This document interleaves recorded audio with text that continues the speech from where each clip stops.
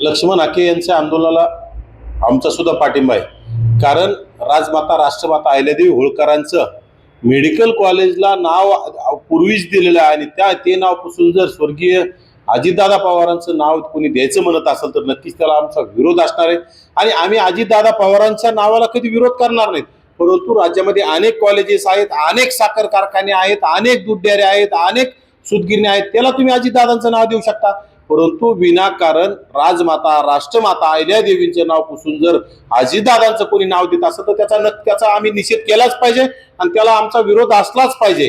खरं तर सर्वसामान्यांचा सगळ्यांचा विरोध असला पाहिजे, कारण की महापुरुषांचं कार्य पुसण्याचं हे कोणतरी खोडसाळपणे कोणाची तरी वृत्ती आहे, त्याचा आपण विरोध केला पाहिजे, त्याचा निषेध केला पाहिजे। मनोज जरांगे पाटील यांनी शिंदे समितीवर व राज्यातील अधिकाऱ्यांवर नाराजी व्यक्त केली आहे। काय मनोज जरांगे हा राज्य सरकारचं लाडकं खोडसाळ बाळ आहे।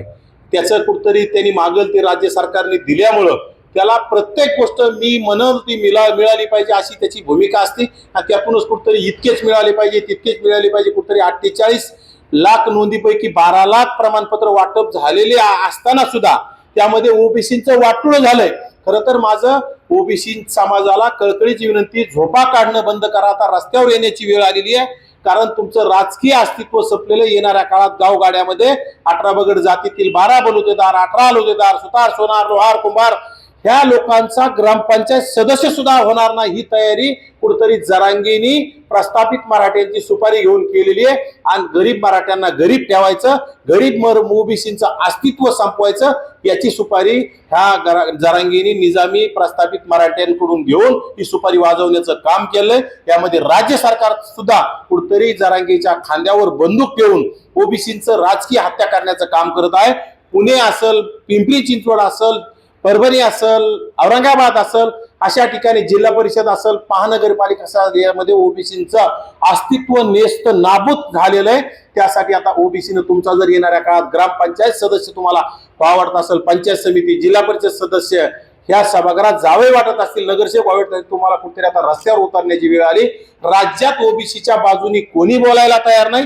राज्यात अनेक ओबीसीचे आमदार आहेत, खासदार आहेत, ओबीसीचे मंत्री आहेत, ओबीसीचे नेते आहेत, सगळ्यांनी गप्प बसण्याची भूमिका घेतलेली। त्यामुळे फक्त राज्यामध्ये ओबीसी नेते विजय वडेट्टीवार साहेब, बहुजनांचे नेते डॉक्टर ॲडव्होकेट प्रकाश आंबेडकर साहेब हे दोघजणच बोलतायत आणि त्यांचं मार्गदर्शनाखाली प्राध्यापक लक्ष्मण हाके आणि मी येणाऱ्या काळात लोकांना जाग करण्यासाठी आम्ही काम करणार आहोत, जाग करण्यासाठी आम्ही कटिबद्ध आहोत।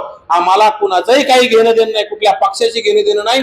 आम्हाला आमचं ओबीसीचं अस्तित्व टिकवण्यासाठी काम करायचंय। त्यासाठी आमची ओबीसी बांधवांना कळकळीची विनंती की आता जाग व्हा आणि रस्त्यावर येऊन कुठतरी आंदोलनाचा यलगार पुकारण्याची आता वेळ आहे। या राज्य सरकारला जाब विचारण्याची वेळ आहे, त्यासाठी आपण राज्य सरकारला जाब विचारण्यासाठी सज्ज व्हावं अशी कळकळीची विनंती आहे।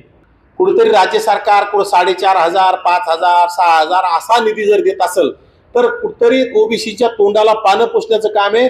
या राज्यामध्ये अर्थसंकल्पामध्ये जी तरतूद आहे त्याच्यापैकी 52-54% ओबीसीच्या वाट्याला त्यांच्या लोकसंख्येप्रमाणे तरतूद केलेली गरजेचं आहे, परंतु राज्य सरकार तसं करणारं दिसत नाही। राज्य सरकार राज्यामध्ये 15% असणाऱ्या समाजाला सुद्धा 500, 5,000, 6,000 कोटी देऊन टाकतं आणि 50% पेक्षा जास्त असणाऱ्या समाजाला सुद्धा 5-6 हजारच देण्याचं काम करतं। त्यामुळे संख्येची पूर्वक विचार करत नाही आणि संख्येची तुलना करत नाही, त्या फक्त ओबीसीच्या लोकांना पायाखाली दाबण्याचं काम हे राज्य सरकार करते। ओबीसी आमचा डीएनए म्हणून ओबीसीची मान कापण्याचं काम जर राज्य सरकार करत असेल तर राज्यातील ओबीसीने आता जागा झालं पाहिजे। शेवटचा प्रश्न जालन्याच्या पालकमंत्री पंकजा मुंडे यांनी डीपीटीसी मध्ये मंजूर केलेल्या कामांना औरंगाबाद खंडपीठाने स्थगिती दिली आहे।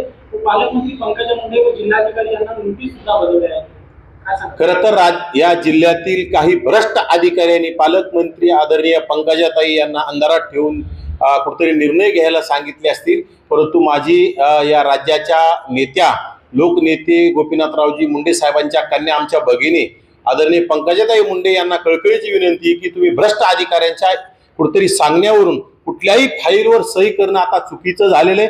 कारण आपण लोकनेत्याचा वारसा हा आपल्याला प्रत्येक गोष्ट विचारपूर्वक करावी लागणार आहे. की भ्रष्ट अधिकाऱ्यांना फक्त घरं भरवायची आहेत आणि घरं भरणाऱ्या अधिकाऱ्यांनी कुठेतरी चुकीचा निर्णय आपल्या माध्यमातून करण्याचे त्यांचे सातत्याने प्रयत्न असतील, परंतु आपण विचारपूर्वक प्रत्येक फाईलचा अभ्यास करूनच आता येणाऱ्या काळात त्याच्यावर सह्या केल्या पाहिजे आणि भ्रष्ट अधिकाऱ्यांना दूर ठेवण्याचं काम करावं. जिल्हाधिकाऱ्यांना सुद्धा माझ्या सूचना आहेत, त्यांना सांगणं आहे की भ्रष्ट अधिकाऱ्यांच्या कुठेतरी आपण अहवाल मागितला पाहिजे आणि त्यांच्यावर कारवाई केली पाहिजे.